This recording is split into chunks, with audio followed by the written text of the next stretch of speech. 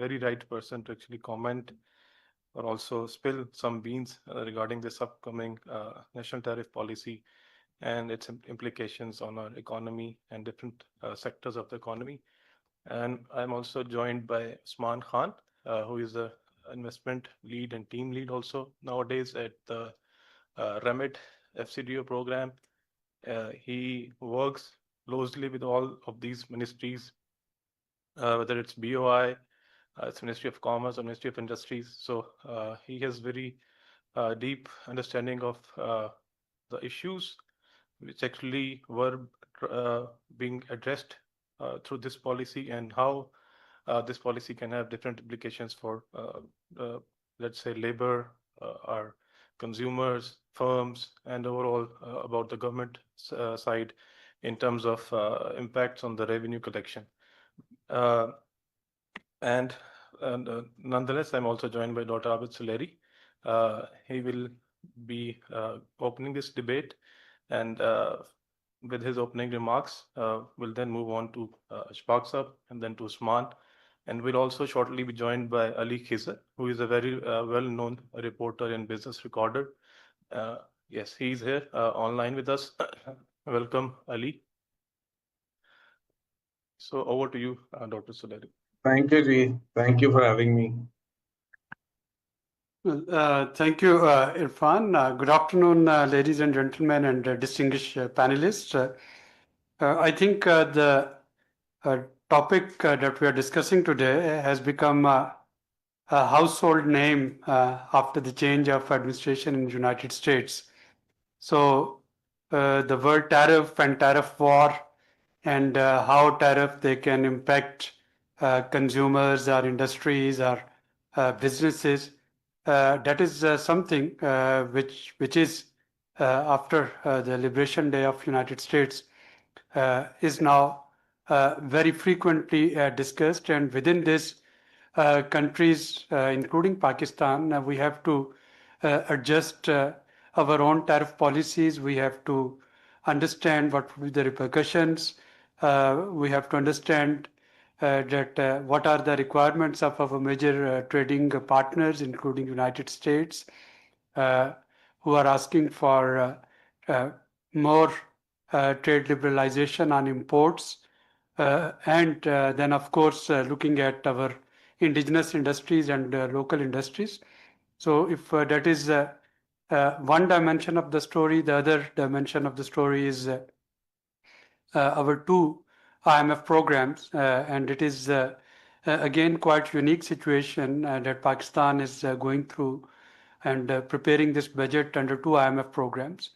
We have seen a sort of this similar situation during COVID, where we had this resilience emergency response fund from IMF, but at that time the recipient governments didn't have to make any commitments. This time, both with the regular program as well as with the Resilient Sustainability Facility, there are parallel commitments that government is required to make, and somehow tariffs, they would have implications on achieving those goals. For example, in case of Resilient Sustainability Fund, if Pakistan wants to achieve its target of promoting renewable energy, the tariffs on some of the equipments and tools and technologies which are used for generation of transmission of renewable energy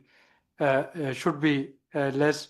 But then we also have to take care of the regular program, whereby there are capacity payment charges and other issues. And of course, this balancing act, it becomes extremely difficult.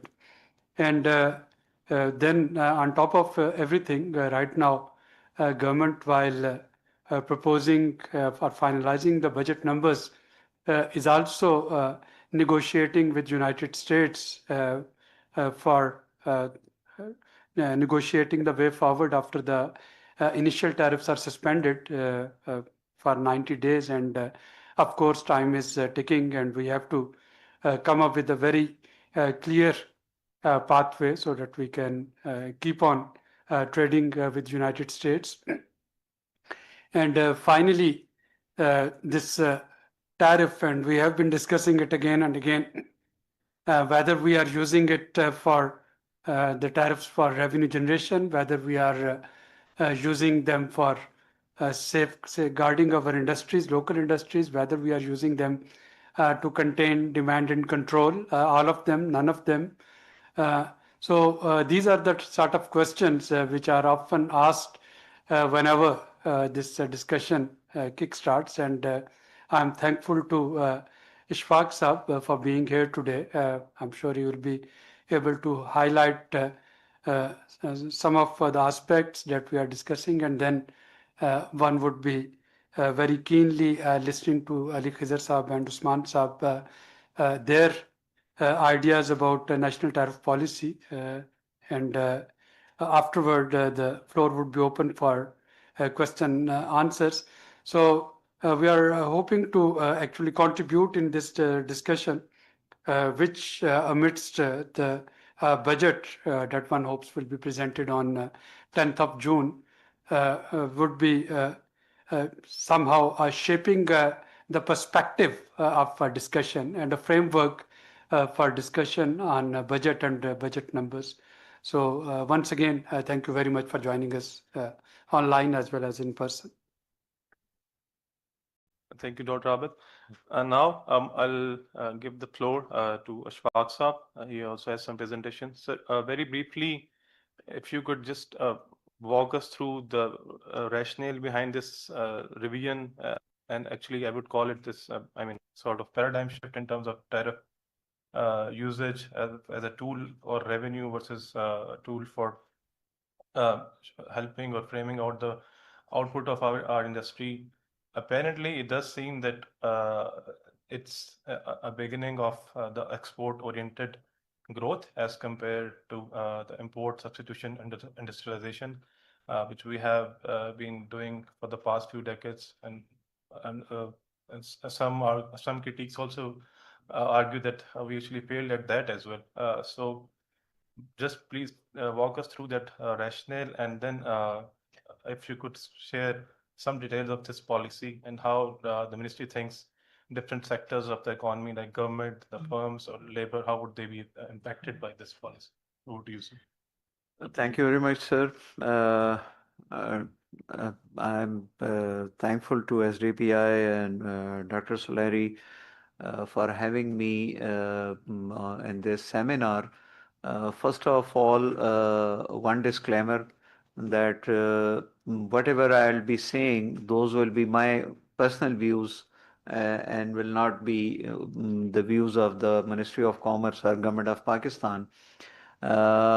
Frankly speaking, there are so many news going around in the media, in the social media as well as the mainstream print media, that many things you people already know about the tariffs and the tariff policies. During my 25 years of service and operational policy support and project areas, I have never seen so much focused on the customs tariff. At least after the creation of WTO, we have not seen so much, focused of different policymakers and economists on this area. But thanks to U.S. administration, decision to impose bilateral tariffs on different countries, now everybody is talking about tariff. So what is wrong with the external front of the economy of our country? Next slide. This is actually what's wrong with the economy. Pakistan 5 years moving average growth in export and imports, and you can see that import is almost double of the exports. And whenever we try to accelerate our economy, Dr. Sam knows better, then at that point of time, CAD kicks in, and balance of payment crisis is created, and then everything is either stopped or whatever we are trying to do those things are reversed. So this is the problem with the economy.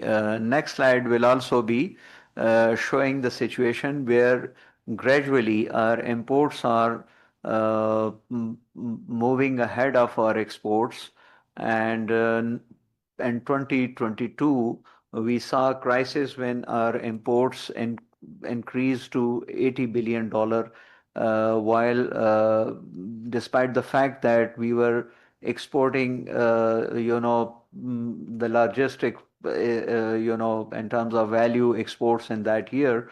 But even then, we couldn't sustain the situation, and we had to, stop import of some goods in the country, and a crisis was created due to this, disparity between imports and exports.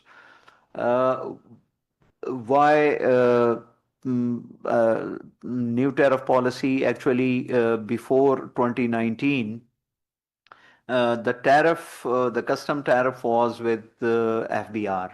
So FBR used to, determine on its own what should be the custom duties on any type of goods imported in the country.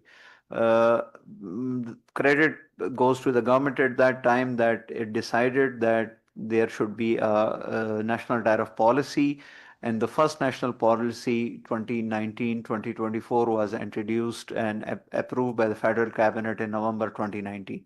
So that policy actually shifted the tariff functions, which was as per the rules of business, was with the Ministry of Commerce, but it practically shifted that function from the FBR to the Ministry of Commerce, and Ministry of Commerce started working with consultation with other ministries, and National Tariff Policy Board was established, which is headed by the Minister for Commerce, and it is representation from Minister of Industries and Production, Secretary Commerce, Chairman FBR, Secretary Finance, Secretary Board of Investment, and Chairman National Tariff Commission. So these are actually these are the people who are there, obviously they are representative, who actually decide what should be the tariff on any particular item or goods in the country. That policy came to its logical conclusion, but could not be successfully implemented due to two major events. One was the COVID in 2020, when we started implementing this policy. Due to COVID, the situation changed, not only in the country but internationally as well.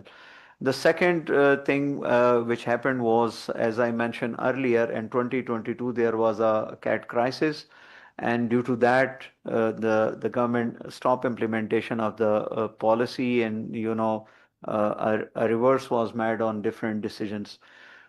Now we are in 2025, and the government is going to introduce a new tariff policy, and that is 2025-2030 for 5 years, and the government has decided to rationalize tariffs on different,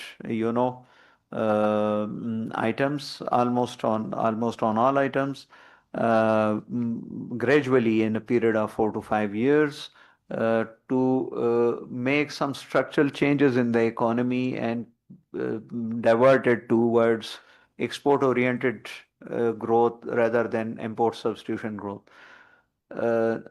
No, next slide, please. Coming to your point, that how will the government balance revenue needs with tariff reductions like fiscal space, replacement tax strategies, and customs modernization. So obviously, all the three levers available with the government will be used for during implementation of this policy, and we actually run these numbers through our macroeconometric model when we were drafting this policy, though there are some major changes in the draft later on. But when we prepared the first draft, we run those numbers through a macroeconometric model, and it shows the results. Next slide. That sales tax at import stage will be increased substantially. First year, it should be at least 46 billion more revenue from the sales tax at import stage, and then it will be, increasing every year. Next, at domestic stage, again, due to enhanced economic activities, it will generate more sales tax. Next slide.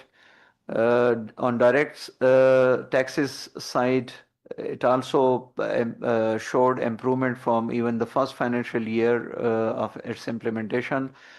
Next, indirect taxes, 100 billion increase in the first financial year, and then 261 in the second, and then you go on. Next, the total federal tax revenue would be, substantially higher, and in the last financial year of its implementation, 2029-30, it will be 1.5 trillion enhanced revenue from these activities. Then coming to the second point, will consumer benefit from lower prices or face instability in essential goods?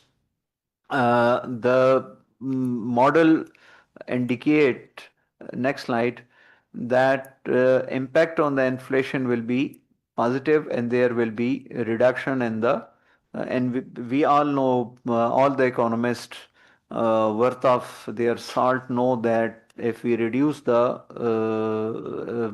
tariff on goods and allow the free movement of goods in any economy, the prices actually come down due to better supply side, availability of the goods, as well as enhanced competition in the economy. So the prices will go down instead of, increasing. Then the other point was, can firms translate lower tariffs into higher productivity and global competitiveness? Or whatever we could, infer from our calculations. Next slide. It shows that impact on import of goods will be, on the higher side. Imports will also increase, but the next slide shows that export will also jump, and there will be, where we are actually stuck up this 33 billion dollar exports. We will be able to break this barrier or this ceiling in export of goods. Next. Impact on the size of the real GDP will also be positive, and in the last year it will be at least by $1.3 billion. Next, impact on value-added large-scale manufacturing is also positive. Next. What are the implications for labor market, jobs, wages, and informality? We have seen through this macroeconometric model and we had data from 80-81. So it's a long period of time from where we actually put the data into this, and we actually check the model and its assumptions and elasticities even with the IMF people, and they earlier were apprehensive, but when we showed them the actual numbers and everything, we shared with them at least 10 years data of our trade, then they agreed with our numbers. Next.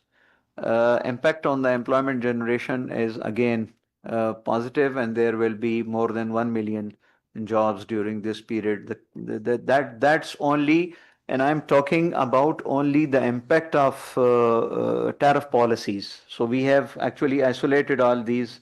So when you are looking at the additional numbers, this is only because of the tariff rationalization rather than on other internal and external factors in the economy. So if we put in all those numbers combined, then obviously the impact will be much more than this, which you are seeing on the slide. Uh, Next.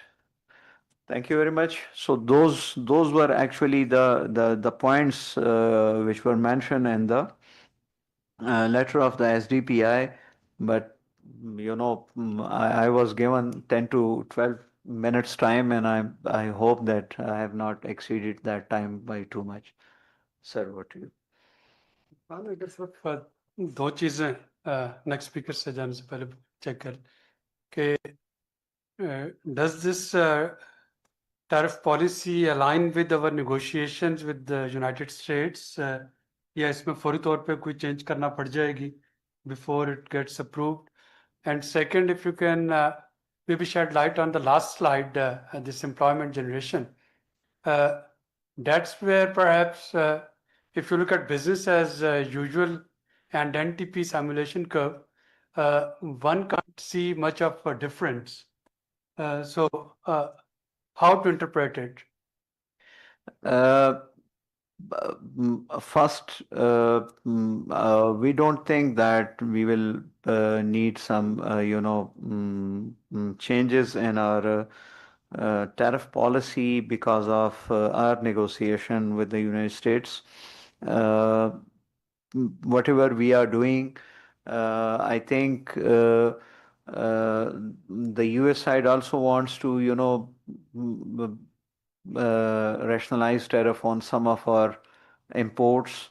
Obviously, we are also, like other countries, requesting them that they should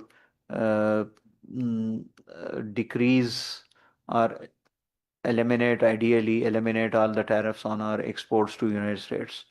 On the other side, like with other countries, they are also asking Pakistan and other countries to, reduce their trade surpluses with the United States because their concern is more about the trade surplus rather than on the tariffs and non-tariff barriers. So they are interested that what we actually can buy from them. So that is one of the area. As far as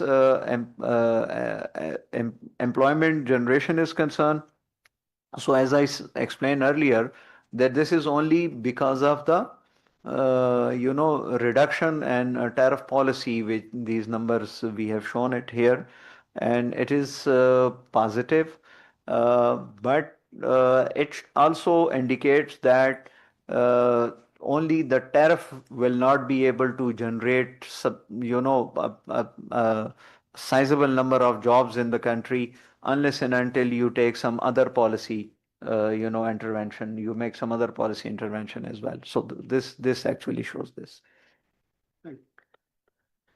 Ashfaq sir, one question from my side. So how have the industries which were previously benefiting from our protectionist policies or ISI policies, how have they received this new tariff policy, which is more export oriented? Some of the concerns have also been reported in the media, for example, by automotive parts manufacturers or even automotive manufacturers, that this might actually impact the local industry in a negative manner. So what is your take on those concerns? Like Iqbal said that आईने नौ से डरना तर्जे Kohn पे अड़ना मंजिल यही कटन है कौमों की जिंदगी में. So it's always new initiatives, new directions, new structures in the economy. Those are always create a bit of apprehension here and there. Some of the industries which cannot make changes in their business practices and cannot make changes in the way they used to operate in the economy, they might be a little bit, at the receiving end, but overall, the impact on the economy, as I said earlier, it will be very, very positive. And almost all the economists and expert which we consulted and the government talked to, and almost everybody was convinced that this is the right way and this is the right time to do it. So these are our we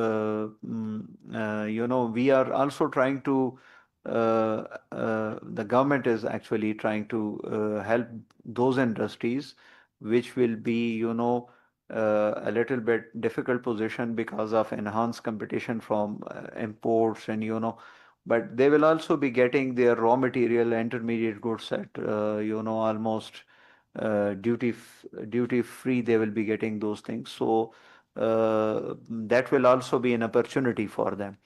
The Prime Minister has also constituted a steering committee headed by the finance minister, and there are other ministers and federal secretaries a member of that committee.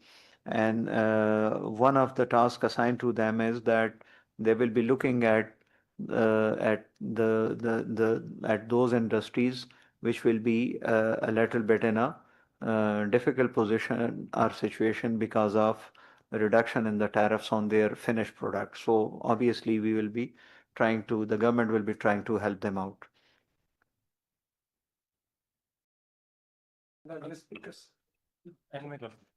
The sake assumption because economic growth assumption, national trade policy की क्या है? It is on Udan Pakistan or it is on IMF or World Bank's projection? No, we actually when we compared our numbers, so those numbers when the GDP growth numbers and economic growth numbers, those were almost with a little bit of minor differences. They were the same which the Ministry of Finance was actually they were projecting. Thank you. Usman Sab, now I'll come over to you. First, can you hear us? Yes, I can. Sorry, I was I'm in transit, so I cannot open the camera, but I can present and talk easily. All right. So a couple of questions to you as well. You work a lot with industries, and you also keep listening to different associations as well. What are their views through your eyes? Can you first summarize their views on this new upcoming policy? And especially if there is some particular area of this upcoming policy that you feel would be more helpful for industry, and some areas where you think still there is a room for improvement, or do you really think that this would be a revenue neutral policy considering our requirements under the EFF program? So your initial views, and then I'll throw some other questions to you as well.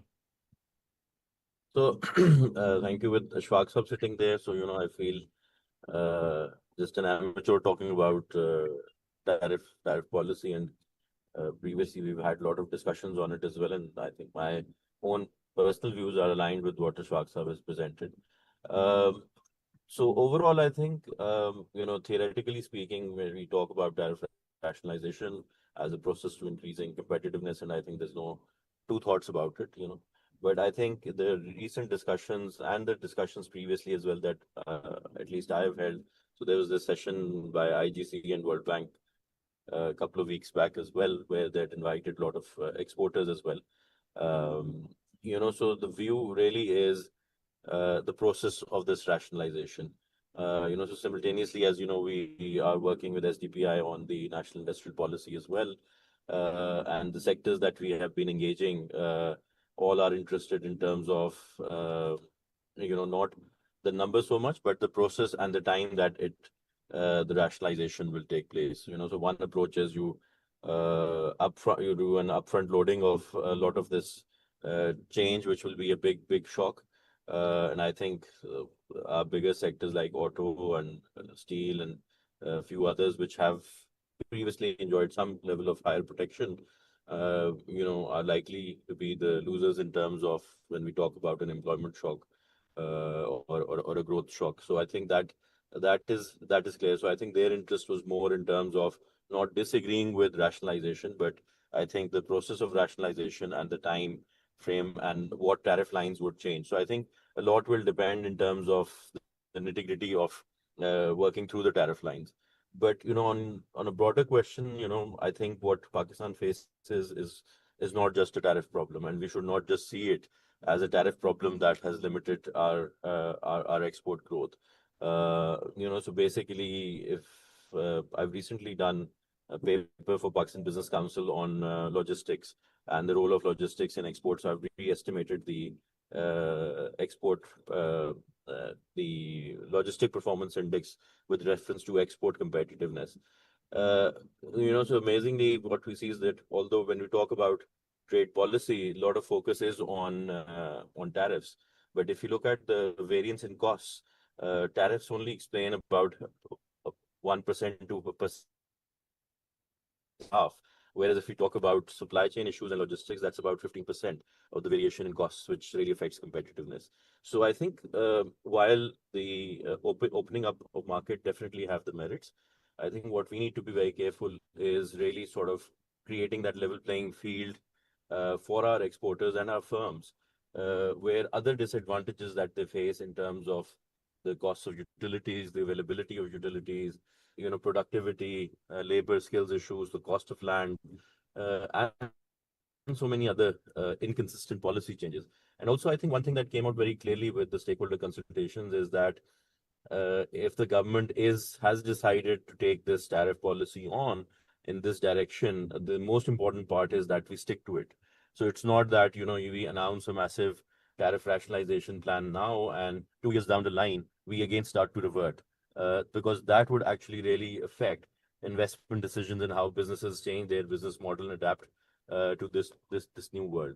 So I think there is now more and more acceptability of it. Obviously, some sectors are. I was reading an article this morning as well on the textile industry as well, and the impact this would have. Although one would expect some form of cost reduction in terms of imported chemicals and other stuff that they use, but obviously opening up of imports would affect them as well in a negative manner. But I think we really need to keep an eye on the other factors, I think, which are more important, and that's what the businesses and sectors are also talking about in terms of really addressing the other constraints that they face, whether it is at the regulatory level, whether it is at pricing and availability of basic essentials, so basically fundamentals of industrialization. So I'll just stop with a very sort of a quick snappy comments that because I've taught basic macro at LUMS for almost 2 decades, and whenever I teach trade, the fundamental question is that we need to produce to export, right? So we really need to enhance our production capacity and the quality of those goods, really to be in a position to export. Simply reducing tariffs will not do that. I think there has to be a lot of emphasis. And now with this climate debate and with Abid Suleri Saab sitting there, I think no one can comment better on that. The new standards and requirements that are coming up are going to be fundamental in maintaining our competitiveness. So I think while the world has rationalized tariffs in other ways, there are ways in which they've also created these barriers and tariffs, right? So I think it's a dynamic and an evolving state where we have to really work in terms of keep refining our policy interventions in space to really benefit from it. So I think I'll stop here, but if you have any more questions, I can comment on. One follow-up question as macroeconomist. So export growth and productivity growth, they are very highly correlated. And still, it's a question of causality. There is a whole lot of literature which says first export growth takes place, which translates into productivity growth. And this is, I guess, the linchpin of this policy as well. All these projections in terms of enhanced sales tax revenue or increased jobs, they lie on this particular assumption that if the exports would be growing, then we will also be having this supply side shock through productivity growth as well. Do you think is there a need for any other institutional setups or policies which ensure that this particular mechanism is underway when the policy is being implemented, whether it's National Productivity Organization, or do you think Ministry of Industry and Commerce, they need to talk more to enhance this productivity, whether it's just straightforward labor productivity or the total factor productivity? So, so two quick reflections on that, Irfan. So first, I think, yes, while causality is, in different economies, if you look at literature, works both ways, right? So there's no conclusive evidence in that way. But I think if you take the case of Pakistan and especially the IT sector, right, with a small bit of interest, I mean, we really don't see a lot of initiatives, but simply because of that, some level of interest within the IT sector, we've seen the impact on growth, and it's all a human capital productivity lend, so human productivity led growth that we've seen in IT, right? So we whether it is still whether it's sustainable or not is a separate question because of the changing dynamics with LLMs and AIs coming in. But if you see that is a productivity led shock. I think when it comes to manufactured exports, I think we really need to sort of up our game in terms of enhancing productivity at all levels. I mean, given the population size that we have and the youth pulse that we have, we would presumably we still predominantly remain in more labor intensive, um, sectors, because that's where our comparative advantage would be. And again, I think it's also how we measure productivity. For example, I was just looking at data on Vietnam. So their labor productivity has not increased while their exports have substantially, and predominantly because they've remained in more labor intensive sectors. So, because of that, labor productivity has not increased because the investment in capital, the balance investment capital has been smaller. So I think, and there's nothing wrong, right? So, when you're taking a decision, some countries are going to still be making keyboards of computers, right? And some are going to be on the cutting edge of refining the microprocessing chips in it. It's just that what is your speciality that you want to really do and have policies based on that. So I think definitely what we really need is not just commerce and industries, but also sort of looking at the investment arm, which is BOI and SIFC. So we really need to ask a question that if we are asking for investment, both domestic and foreign, what is the purpose? Is it export? Is it local manufacturing? Is it local demand? So, what is our investment policy?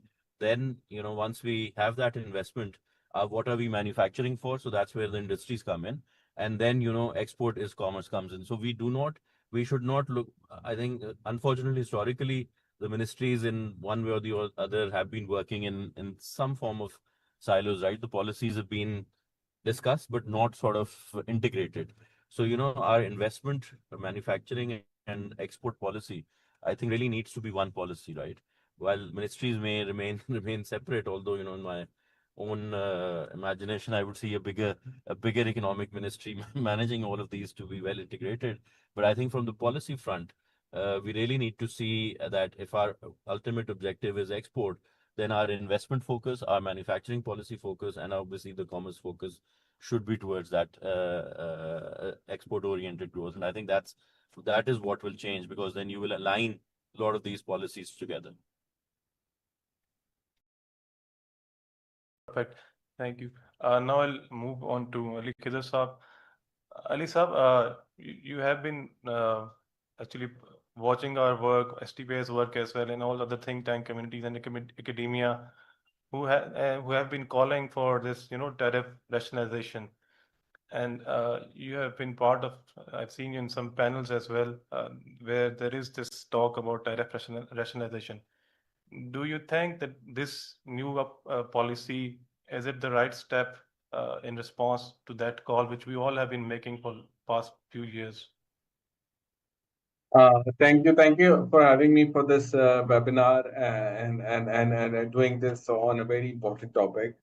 So I largely agree with my two earlier speakers on that this tariff policy is something which is required to be done, and that is better for our getting the competitiveness in our industry, and that would help in the medium to long term to get to the higher GDP growth, better exports, more employment, more trade, and perhaps more revenue growth as well. However, as one of the speaker, I think Usman has mentioned that, and is this that if you going to have this in isolation, then you got a problem. So, and in the past, we have seen that the Pakistan is doing the reforms. We try to do it half-heartedly, and we try to get the cold feet in the midway. So there are so many challenges over there. As in, the policy is something which is really spearheaded from some part of the government people, the Prime Minister office, the team, the consultants, Osman and all that, working on that. So they are all invested in that. The Ministry of Commerce is invested in that, and the World Bank and IMF is pushing on that. But when it comes to the implementation, the government is cutting the cold feet, and it's coming up with a weird kind of thoughts. So I put it in a very simple way. First put it this: we talk about the rationalization of the import tariff. The objective of the import tariff is to lower the taxes on the imported products so that the prices would come down locally, and that would be able for the consumer to benefit from that, and the producer to get the intermediate goods and the raw material and all that. And where the competitiveness is in any sector and in any firm, they'll be able to re-export it without really worrying about the refunds and all that, which is a big pain for Pakistan, and that's the biggest entry or to export apart from the traditional sector, apart from the big family houses. That's one thing. That's there. Yes, it is on this. But the problem is there are other kind of taxes over there as well. I mean, if you see that the one set of taxes in the import tariffs, which is the custom duty, additional custom duty, and the regulatory. So you're building on that domain. Fair enough. But at the import stage, you collect taxes. You collect taxes, you withhold taxes for income and sales tax and all that. And we know that many importers have been doing for generations now. They've been like passing on to the consumer and all that, and they never file the returns that they're under invoice. So one element is that the incentive to smuggle would be reduced and would be substantially reduced once you reduce these import tariffs. But if you keep on imposing the other kind of tariffs, which the importer or a manufacturer who's not fully complying to the taxes is reluctant to show that. So there would be massive undervaluation in the custom. Will that undervaluation end after reducing those import tariff, or because the other tariffs are there is there? And the thing is, then when you come to the finished good, so there are sales tax, there's a federal excise duty and patram and all that. So those taxes are there as well, which are very high. And with that level, you have high sales tax and FED on any kind of domestic product, irrespective of the product. That product is the informal mix, and the tax evaded products come into that. There are multiple examples of that. You've seen the dairy and juices sector, you've seen the tobacco sector, and so forth, tires and all that. You've seen this and all that. Of course, in automobiles, you cannot, because you need to register the car, or in the smartphone, and you cannot because you won't get the PTA registration and all that. But not every industry is that compliant sort of. But there are many industries where the products are there, where different kind of government regulation and NSRs are being neglected, and it's going on, and FBR is there, all the other authorities are there, it's going on.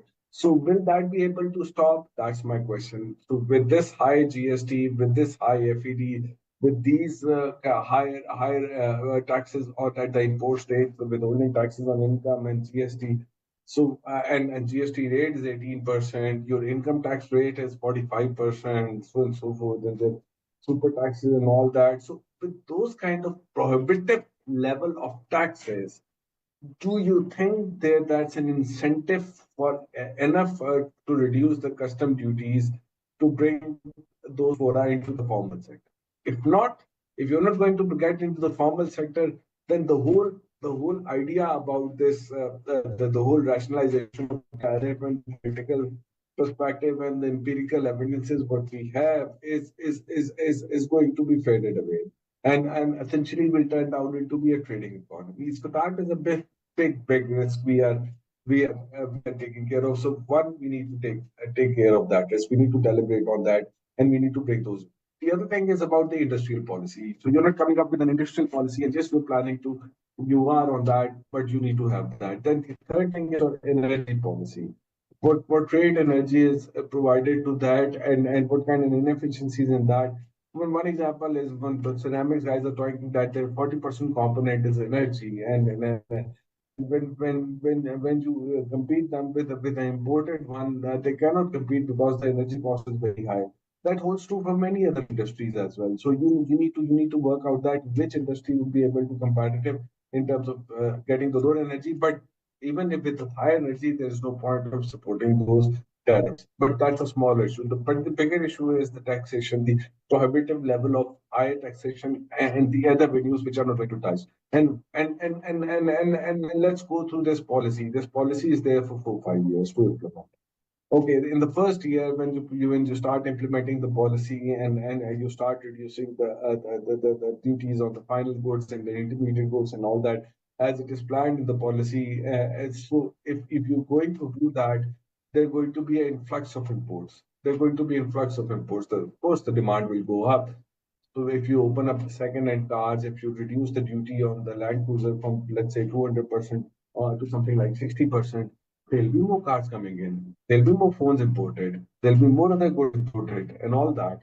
That would put a pressure on your balance of payment. That would so your first line of defense is the currency, PKR. Are you ready to depreciate the currency to give the benefit more towards the exporter rather than the consumer? That is my question. I'm seeing the history of this government or a previous government or any government, the military regime or anything. The one thing which is very critical to all of them is the love to the currency. And still the people who are close to the currency and all that, they've been saying that, the government that its fair value is somewhere 240, 250, and you're still murmuring those numbers and all that. So will you be able to let the currency to depreciate and all that? Will the statement be able to generate its forex revenue as it is being promised? And as we see at this stage, with this kind of report we have this already the currency is in pressure and dollar being short somewhere in the interbank market. So how would you cope up with that? Will you reverse it, or will you? There are two ways about it. One is to you let the currency to depreciate. Other is you don't let the currency to depreciate and you get into the crisis and then you resolve the crisis and in the middle this policy lost somewhere. The other is like that, okay, you increase the taxes on the final products, like in automobile, when you start when in 2021, or something like that, when you got import pressure high, that you increase the GST on cars to 25%. You started imposing FED on that. And it happens in many other products as well. So you start doing in the finished product that you're putting those things. That will again take me to the first problem. So that informality to grow and all that. So those are the very fundamental questions we need to ask, we need to address, that how would we lead to the success of this policy given such a high rate of taxation and low and weak enforcement, be very tight currency situation, and you have very low level of reserve, which is barely covering 2 months of imports. So these are the fundamental questions we need to address before we go through full throttle of that policy. So I think I leave it here. I'm not talking about that which sectors are going to lose and which employment is going to go up and all that. Yes, these kind of a pain we are going to have. There is no gain without that pain. But there are other kind of pains. Are we ready to do that? That is the fundamental. Thank you. Spot on, Alisa. Thank you. Uh, Shwagsa, I'll come over to you as well now. First, how consultative this process was when this policy was being formulated. I am asking this because it will address some of those concerns which Ali has also raised, let's say about the currency market or the industries. Uh, and how do you think that some other policies which will be used to complement or supplement this policy to actually achieve that export growth, which is the core objective of this policy, whether there are corporate tax rate reductions on card for the exporters or any other sort of policies or to link them with the markets, with the foreign markets, to help them improve their compliances. So what other policies are being considered to actually support this policy? Ali Khizr Saab identified some,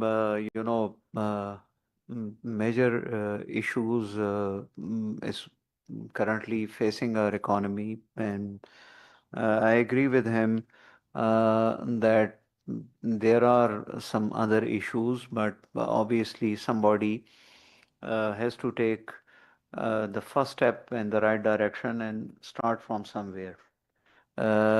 So it's not possible to address all the issues at once, though the government is trying to uh, reduce burden on mm, the formal sector of the economy, reduce the corporate tax rate, but that would only be possible when other sectors and the economy will start, contributing to the taxes on the domestic front. For example, the government is trying to shift uh, focus on the trading class and on the exporter have been brought at par with the other sectors of the economy. Then government is also trying with the consultation of the provinces to introduce agriculture income tax and things like that. So obviously, we need to reduce the corporate tax on the formal sector of the economy, but that will, like the tariff policy, that will happen gradually and cannot be obviously done in one go. Uh, though efforts are being made through digitalization and other, initiatives. Second is that whether there are other policies, yes, Ministry of Industries and Production, as far as I know, they are in the process of formulating a industrial policy for the country. And as we all know that tariff policy without an industrial policy, it's a sort of non-starter. It will not be able to generate exportable surpluses in the economy unless and until you also implement an industrial policy parallel to the tariff policy. So efforts are being obviously made by the government, and before bringing this policy to the highest level of the government, I can tell you that Ministry of Commerce uh, did consultation with the public sector stakeholders like Ministry of Finance, Ministry of Industries, IT and Telecom, Ministry of National Food Security, and other stakeholders. We also consulted Federal Board of Revenue, and then the private sector stakeholders were also consulted. and we conducted detailed sessions with different importers, exporters, and manufacturers from different segments of the economy. So after much consultation, and obviously our donor agencies were also consulted, World Bank, ADB, IMF, their input was also taken before finalizing this policy. So this is from my side. Thank you. Before I go to the participants, one question for Usman sir. Usman sir, what would be your recommendation in terms of this forex rate regulation? Because we can easily anticipate that initially the immediate impact would be on the currency rate. It would the rupee would depreciate because of higher demand for imports. So how do you think the government should charter in that area? Okay, thank you, Irfan, for this question. I just remembered I forgot to answer one earlier as well. You asked about the consistency with and compliance with the EFF as well. Again, Ishfaq Sahab would have the internal numbers, but I think we do support FBR as well. And I think the initial estimates were about for 200 billion rupee impact. I don't think so. IMF would allow that much of fiscal space. Again, that's my understanding based on meetings and consultations that I've had, but you never know. I think the appetite would be much smaller, so I think one will have to really see what tariffs come down. On your current question, again, you see, as Ashfaq sir mentioned, it depends a lot on patching up the industrial policy with tariff, right? Otherwise, if we just are going to hit a tariff policy without making other necessary changes, it will have an immediate impact on imports. But at the same time, since there are some sort of unannounced import controls, right? So banks not being allowed enough liquidity to open LCs that freely as make them more neutral in terms of their proceeds versus the LC that they are allowed to open. And we also know that the tendency for the current government is of maintaining a stable exchange rate as well. So it's a tricky situation, and because all of these are very dynamic macro variables, one would only see how things would shape up. But that, I think that, as Ali also mentioned, is a very complex question to answer, where a government's own sentiment is that one of the measures of stability is to just keep an unchanged exchange rate. But then when you suddenly immediately rationalize tariffs, your imports, while there will be on your enhancing your exports, I think even if we see in Pakistan's case, the J curve effect on depreciation is much longer. We do not immediately gain from depreciation. There is the time lags are high. So even from this, getting up to the point where we generate exportable surplus will be a slightly long haul. So if everything else being constant, I do anticipate a lot of pressure on rupee as a result of this, which can sort of create some uncomfortableness given the history of the current government, where they do try to manage exchange rate quite strongly. Thank you. Tariff sir, your questions. Awesome. Thank you very much. There was a study conducted by Dr. Hafiz Pasha, and he read that study in one of the Sustainable Development Conference a couple of years ago. He said, if 4% growth has to be maintained, then we need counterpart foreign exchange in the kitty.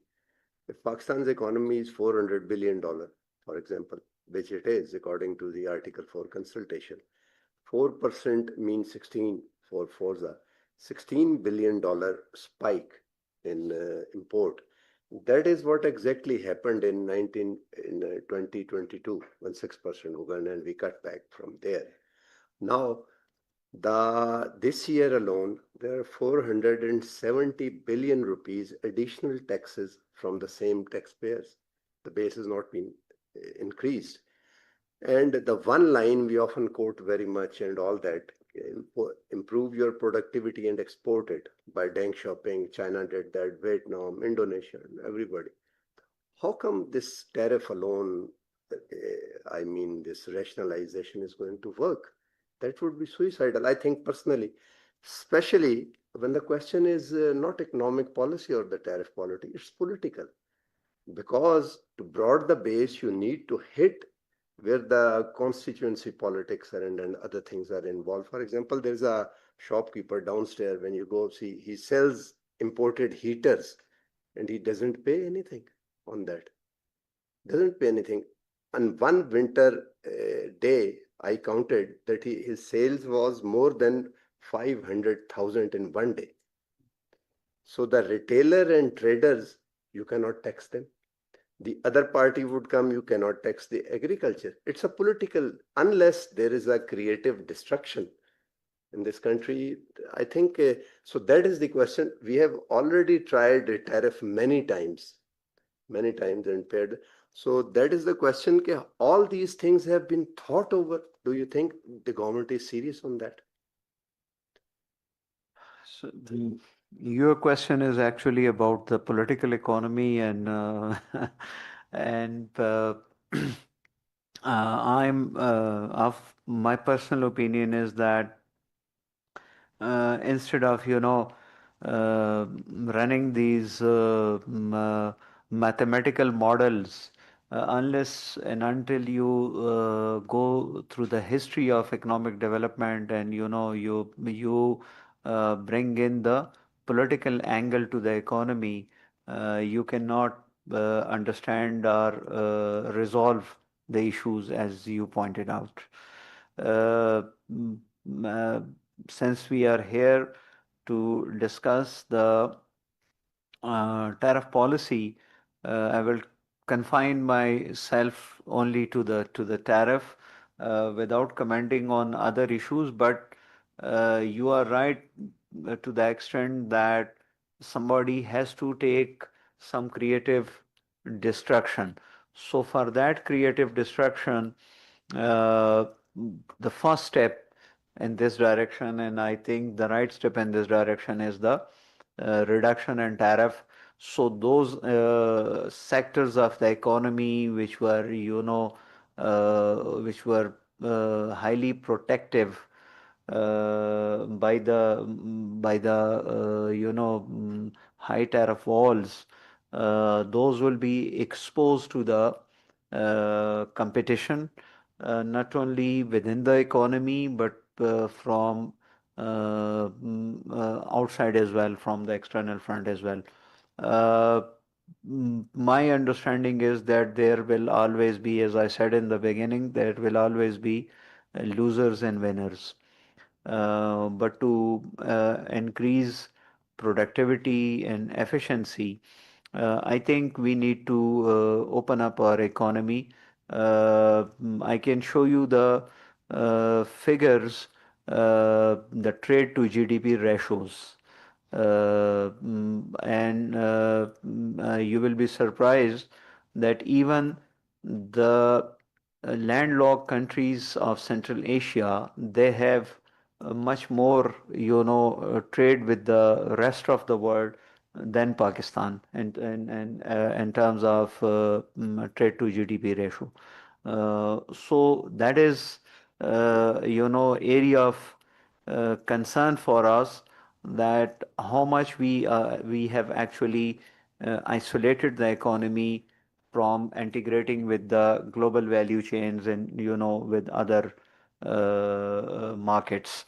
So unless and until you integrate, you do your economies, and we have seen recently that even the strongest economies and the largest economies in the world cannot operate in isolation. They are so much dependent on other countries, that even those countries, the countries like United States and China and other countries, even they cannot operate within their own, spheres and within their own economies. There are so much dependencies on other countries and other markets. So that is one of the area where we need to focus a lot, that we integrate our economy with the economies of other markets and countries. We should get components, parts, raw material from them, add value whatever we can to them, and then send those things back to other markets. So this how it will have to be. As far as this Ali Khizr Saab mentioned earlier that domestic taxes at import stage, I agree with him, but with a little bit of caveat that uh, domestic taxes at import stage, like sales tax, withholding tax, these are actually a cash flow issues, a cash flow problem.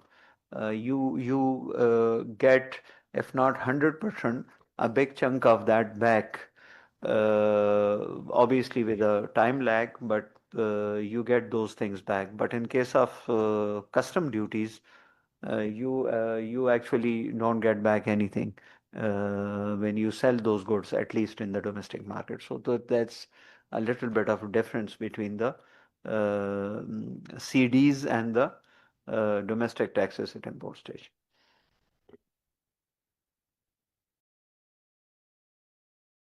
Ji, thank you so much Ishfaq sahab, Ali Khizar sahab और उस्मान खान साहब का I think wonderful discussion जी।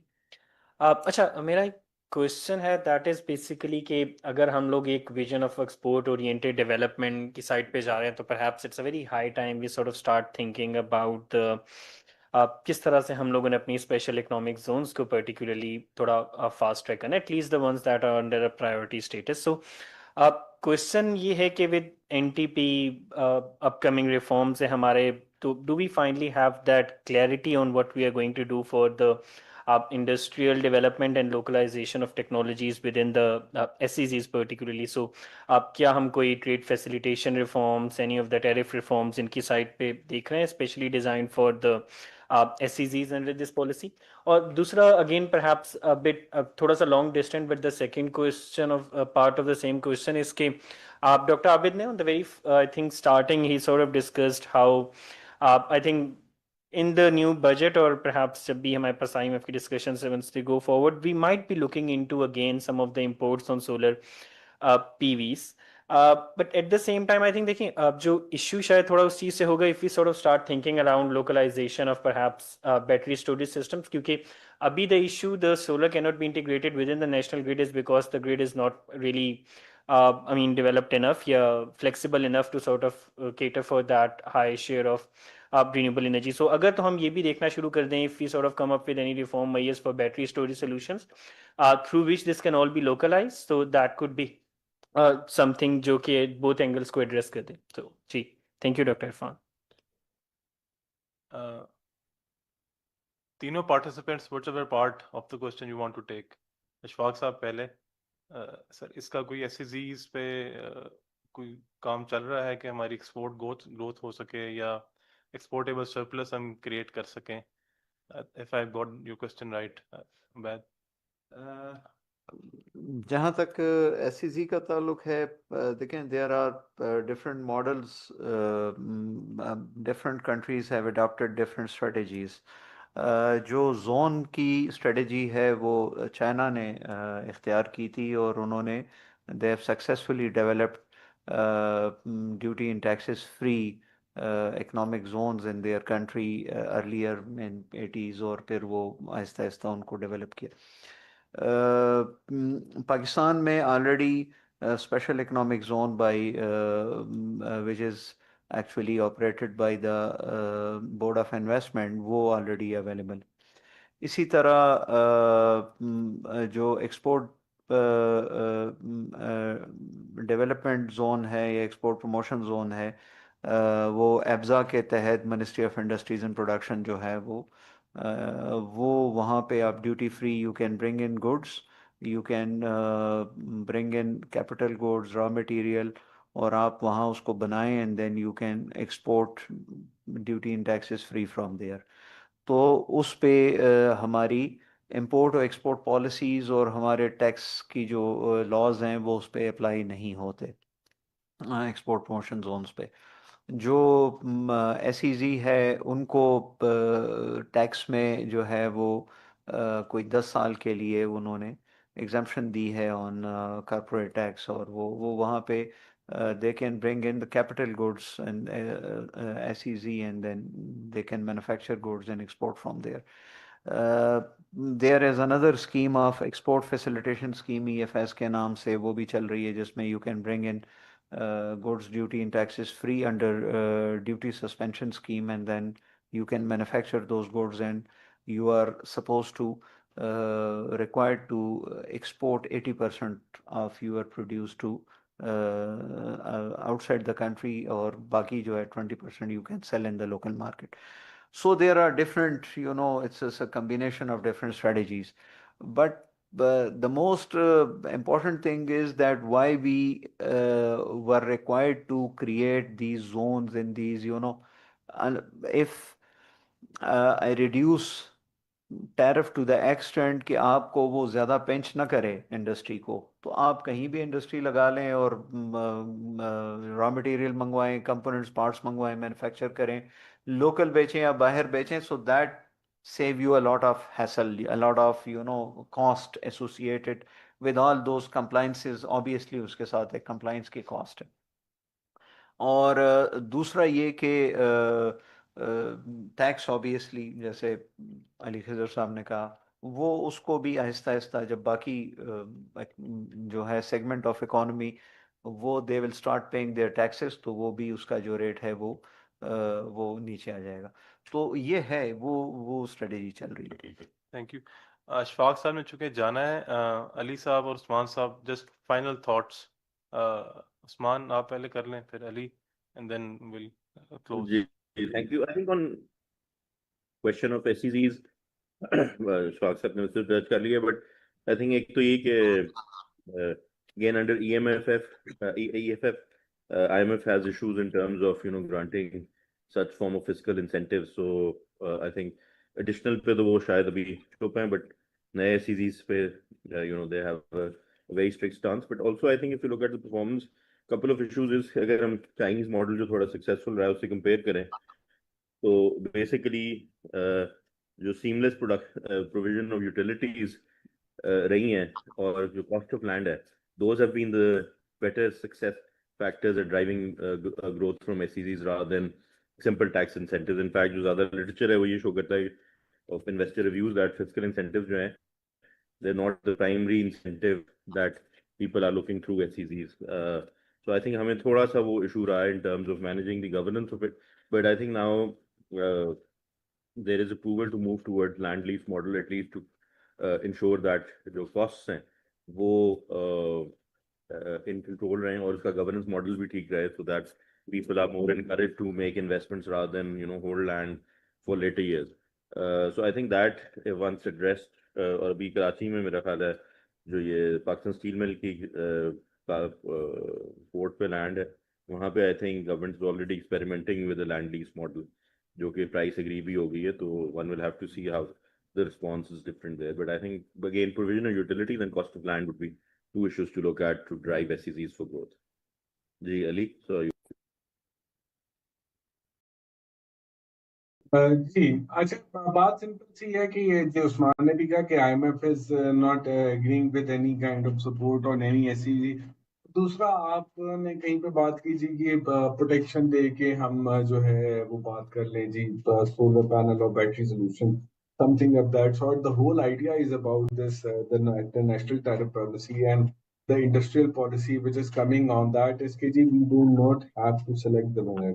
हमने अपनी जो policy लाते रहे हैं पास में वो ये होता है कि we choose a winner as a policy maker कि जी हमने कहा कि पाकिस्तान में गाड़ियां लगनी है, हमने कहा जी पाकिस्तान में मोबाइल फोन बनने हैं, हमने कहा पाकिस्तान में सिरेमिक लगना है, हमने कहा पाकिस्तान में पॉलीमर की फैक्ट्री लगनी है एंड सो फोर्थ, तो फिर उसको हम प्रोटेक्ट करते रहे। और उसमें एक सनसेट क्लॉज होता है जो नहीं है इस्तेमाल होता, for most of reason we know that.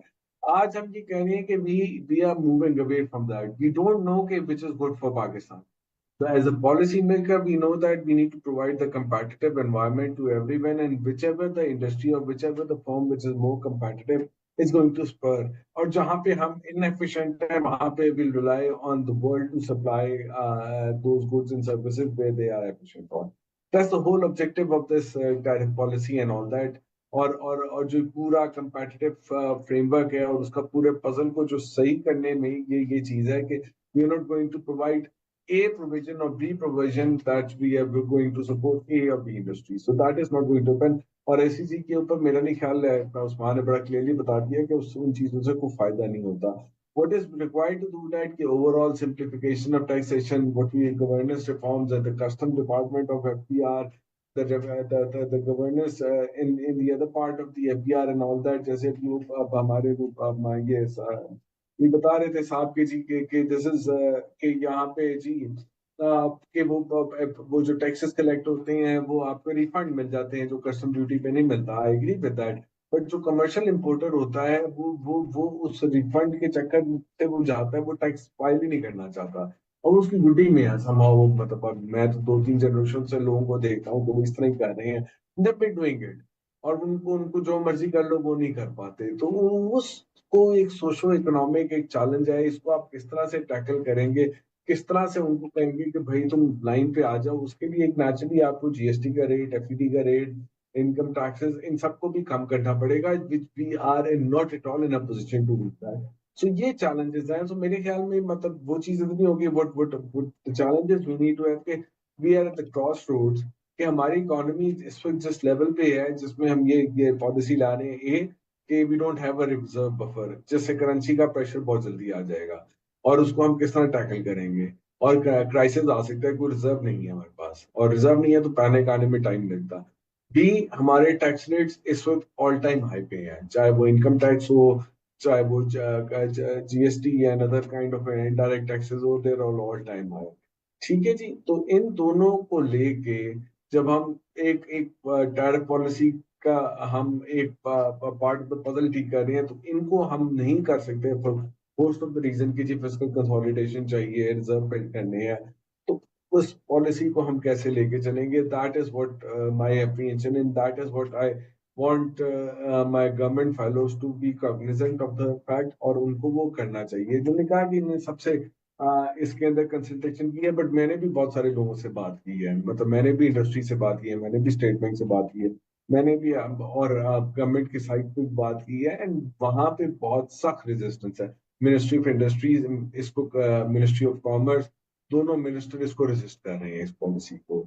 State bank इस पे कहता है कि जब पॉलिसी इंप्लीमेंट होगी फिर देखेंगे।